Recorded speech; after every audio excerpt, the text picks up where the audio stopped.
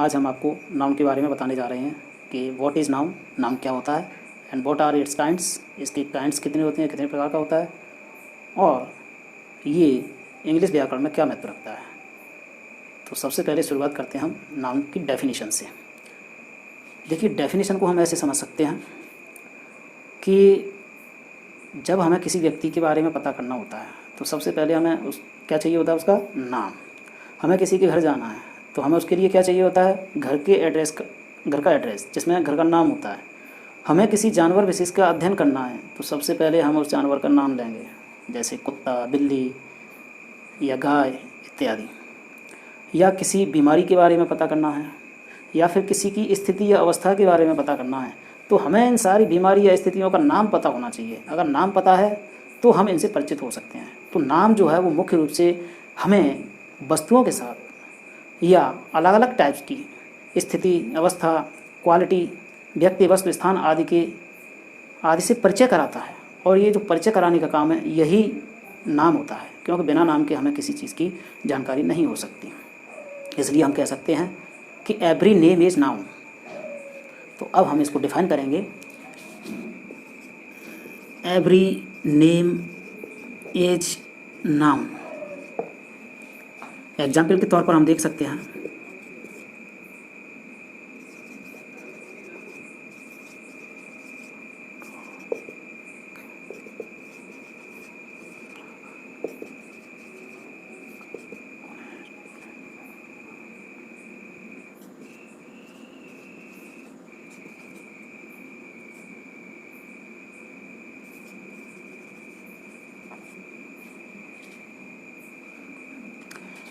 यहाँ हमने कुछ नाम लिखे हैं: Mohan, dog, cat, flower, honesty, poverty, bravery.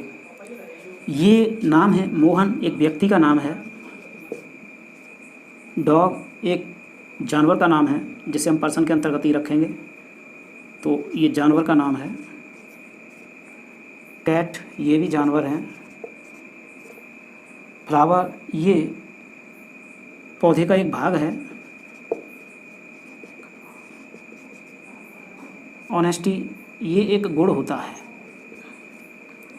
Poverty ये एक अवस्था का नाम है, हालत का नाम है, हालत बोलते हैं इसको। और ब्रेवरी ये भी एक गुण है। इस प्रकार हम देखते हैं कि ये जो अलग अलग चीज़ें हैं इन सब के ये इधर नाम हैं, और ये इन सब के नाम होने के क्योंकि ये इनसे पहचान दे रही हैं। मोहन एक व्यक्ति के बारे में बता रहा है, डॉग जानवर के बारे में बता रहा है, कैट भी जानवर के बारे में बता रहा है, फ्लावर एक पौधे का भाग होता है जिसे हम वस्तु कह सकते हैं, ऑनेस्टी एक क्वालिटी है, गुण है, पॉवर्टी एक हालत के बारे में बता रहा है, और ब्रेवरी ये भी एक गुण होता है। तो ये सभी के सभी इन अलग अलग चीज़ों के नाम हैं, और ये नाम ही जो हैं नाउन कहलाएंगे। अब हम आगे बढ़ते हैं काइंड्स ऑफ नाउन के बारे में। Kinds of noun. नाउन के 5 काइंड्स होते हैं: proper noun, common noun, collective noun,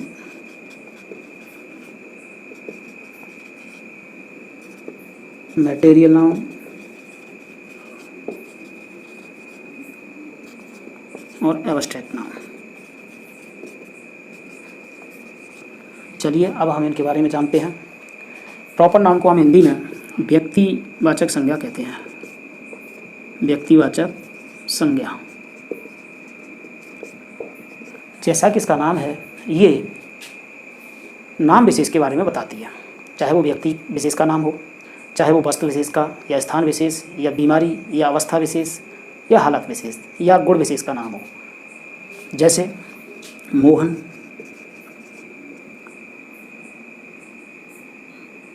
India, the Ganges, Sita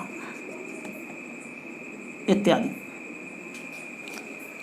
यहाँ मोहन एक व्यक्ति विशेष का नाम है, इंडिया एक देश विशेष का नाम है, द गैंगेज ये स्थान या नदी विशेष का नाम है, और सीता ये भी व्यक्ति विशेष का नाम है। अब हम चलते हैं कॉमन नाउन की तरफ। इसे हम हिंदी में जातिवाचक संज्ञा कहते हैं। जातिवाचक संज्ञा, इसे हम ऐसे समझ सकते हैं कि ऐसे नाउन्स जो किसी जाति या वर्ग के बारे में बताते हैं या क्लास का बोध कराते हैं, वो सारे के सारे संज्ञा शब्द जो हैं कॉमन नाउन कहलाते हैं।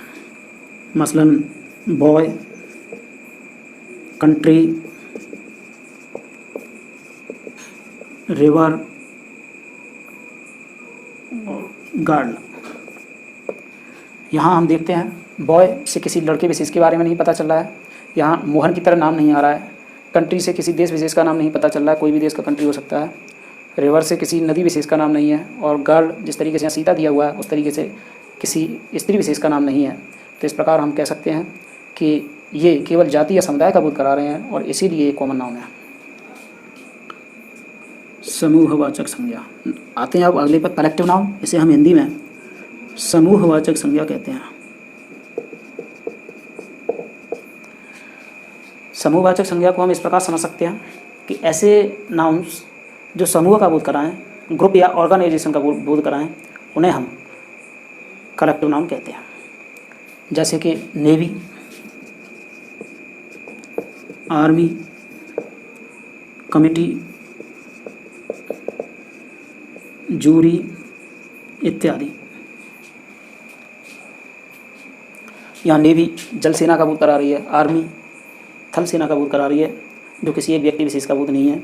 कमिटी लोगों के समूह को कहते हैं, कम से कम 2 या 2 से अधिक चाहिए होते हैं। और जूरी इसी प्रकार ये भी जो जज होते हैं उनके समूह का बोध करा रही है। तो यहाँ समूह होने के कारण ही ये सारे शब्द कलेक्टिव नाउन के अंतर्गत समझे जाएंगे। मैटेरियल नाउन, इसे हम हिंदी में पदार्थवाचक संज्ञा कहते हैं। पदार्थवाचक संज्ञा। देखिए, पदार्थवाचक संज्ञा को हम इस प्रकार समझ सकते हैं कि ऐसी चीज़ें जिनसे दूसरी चीज़ बनाई जा सकती हैं वो सारी की सारी पदार्थवाचक होती हैं। जैसे कि गेहूँ से खाना बना सकते हैं और कई तरह के पूड़ी पकवान बना सकते हैं। इसी प्रकार सॉइल, जैसे कि मिट्टी होती है, उससे हम बर्तन वगैरह बना सकते हैं।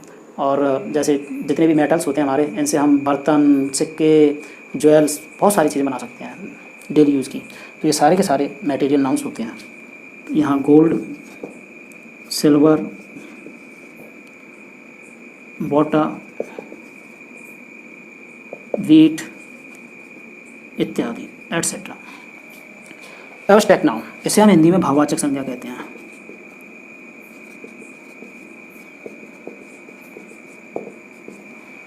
जैसा कि इसके नाम से ही पता चल रहा है कि जिन चीज़ों को हम देख सकते हैं, महसूस कर सकते हैं या समझ सकते हैं, लेकिन नाप या तौल नहीं कर सकते, तो उन्हें हम भाववाचक कहते हैं। यानी जिन चीज़ों का हम मेजरमेंट नहीं कर पाते हैं, जिन्हें हम नाप तौल नहीं सकते हैं, वो सारी की सारी चीज़ें भाववाचक संज्ञा कहलाती हैं। उदाहरण के लिए ऑनेस्टी,